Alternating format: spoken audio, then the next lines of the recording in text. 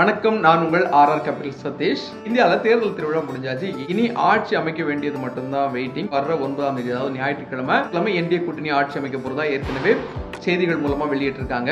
இந்த சூழ்நிலையில நேத்துக்கு அமெரிக்க மார்க்கெட்ல ஒரு artificial intelligence stock NVIDIA Apple நிறுவனத்துடைய மொத்த மார்க்கெட் கேபிடேஷனை பிரேக் பண்ணி அந்த நாட்டோட பங்கு சந்தைகள்ல இரண்டாவது மிகப்பெரிய ஒரு நிறுவனமா உருவெடுத்திருக்கு. அதை பத்தி நம்ம இன்னைக்கு பார்க்க போறோம்.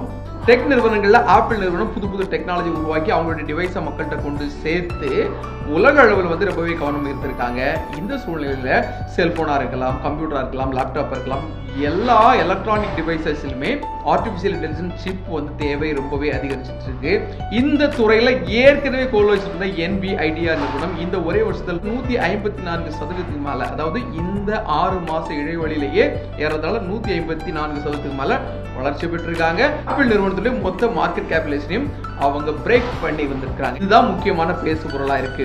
NVIDIA நிறுவனத்தினுடைய வளர்ச்சி இன்னும் அதிகமா இருக்கும் அப்படிங்கிற மாதிரி ஒரு எக்ஸ்பெக்டேஷன் இருக்கு. ஏன்னா நம்மளுடைய டே டு டே லைஃப்ல, அதாவது போக்குவரத்து துறையா இருக்கலாம், அதே மாதிரி எலக்ட்ரானிக் துறையா இருக்கலாம், மருத்துவ துறையா இருக்கலாம், நிதியியல் துறையா இருக்கலாம், எல்லா இடத்துலையும் ஆர்டிபிஷியல் இன்டெலிஜென்ஸ் தேவை ரொம்பவே அதிகரிச்சிருச்சு. நாளுக்கு நாள் இதை அப்டேட் பண்ணி கொண்டு போக வேண்டியது ரொம்ப முக்கியமா இருக்கு. இந்தியாவில் இருக்கக்கூடிய டெக்னாலஜி நிறுவனங்கள் எல்லாமே இதுல இருந்தாலும் அதை விட இந்த துறையில அதிகமாக கோல் வச்சிட்டு இருக்குது NVIDIA நிறுவனம். அந்த நிறுவனம் தான் ஆப்பிள் நிறுவனத்துடைய மார்க்கெட் கேபிடேஷனை அதிகமா பிரேக் பண்ணிருக்கு. எதிர்காலத்திலும் அது வளர்றதுக்கு அதிகமான வாய்ப்பு இருக்கிறதா சொல்லப்படுது. சரி, ஓகே.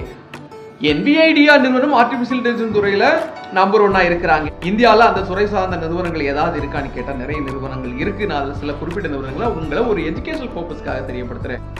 இந்தியாவில் பார்த்தீங்கன்னா Apple India limited, Tata Elxsi, Happiest Minds, L&T technology, Oracle, ஹெல்டன் டெக், சாக்ஸ்போர்ட், பெர்சிஸ்டன்சியன் உட்பட நிறைய நிறுவனங்கள் இந்தியாவிலையும் இதே ஆர்டிபிஷியல் இன்டெலிஜென்ஸ் துறையில போக வச்சுட்டு இருக்காங்க. இந்த நிறுவனங்கள் ஆர்டிபிஷியல் துறைகள்ல எந்த அளவுக்கு முக்கியத்துவத்தை கொடுத்துருக்காங்க அப்படிங்கிறத அந்தந்த நிறுவனங்களுடைய வெப்சைட்ல போய் நீங்க தீர ஆராய்ஞ்சு பார்க்கணும். அது உங்களுக்கு பிரயோஜனம் இருந்தா நீங்க பயன்படுத்தலாமாங்கிறத உங்களுடைய சொந்த முடிவினுடைய அடிப்படையில் தான் எடுக்கணும். இது முழுக்க எஜுகேஷன் பர்பஸ்ங்கிறத மறந்துடாதீங்க. ரெக்கமெண்டேஷன் கிடையாது. உங்களுடைய பங்கு சந்தை சார்ந்த முதலீடுகளை நீங்க எடுக்கிறதுக்கு முன்னால உங்களோட முதலீட்டோட ரிஸ்க் என்னங்கிறத அதற்கு ஏற்படி முதலீடு செய்யுங்க. இந்த வீடியோ தொகுப்பு உங்களுக்கு பயனுள்ள நினைக்கிறேன். உங்களுக்கு இந்த வீடியோ பிடிச்சிருந்தா லைக் பண்ணுங்க, கமெண்ட் பண்ணுங்க, சப்ஸ்கிரைப் பண்ணுங்க, ஷேர் பண்ணுங்க. நன்றி.